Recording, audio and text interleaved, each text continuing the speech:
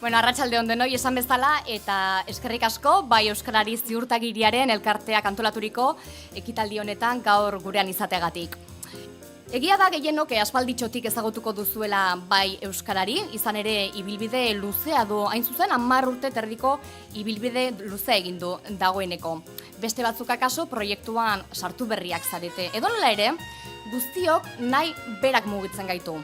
Euskaraz lan egiteko nahiak, Euskaraz saldu eta erosteko nahiak, kirolean ere Euskaraz aritzeko nahiak, azken batean Euskaraz bizitzeko nahiak.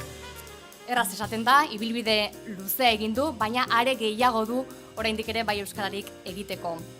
Urrats biziak ematear dago bai Euskarari, eta horretarako hain zuzen, eskatuko nioke ona etortzea bai Euskarari Ziurtagiriaren elkartaren zuzendari den Robert Gutierrezi.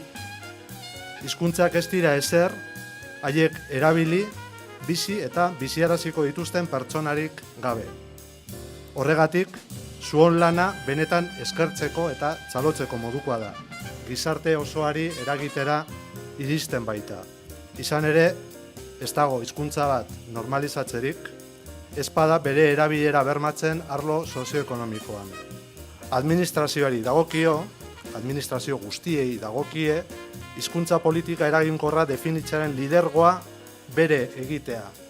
Diskurtso egokiak gizarteratzea eta euskaraz bizi ahal izateko baldintza politiko, juridiko, sozial eta ekonomiko aproposak bideratzea gizarte eragileekin elkarlanean eta egoki koordinatua.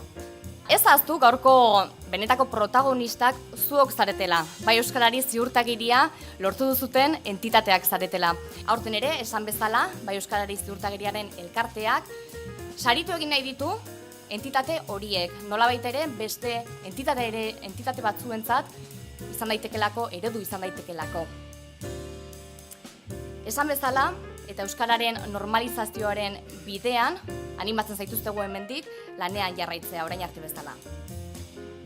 Bi entitatea sarituko ditu gaur, bai Euskarari Ziurtagiriaren elkarteak. Gizartean, eskolak euskaldundu dituenei jarraipena emanez.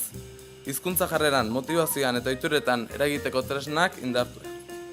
Erronka horri gustura heltzeaz gain, emaitza positiboak izateko lanean ari gara. Ez bakarrik ordea laguntza badugu, Ziurtagiri elkartekoena adibidez. Ea guztion artean, geure bizitzetako itsasoetan euskararen baga altxatzen dugun. Guk lanean jarraituko dugu, eta hemen zaudeten gainontzeko guztiei, animo, lanean jarraitu, azken finean euskarak pena merezi dueta. Mila esker.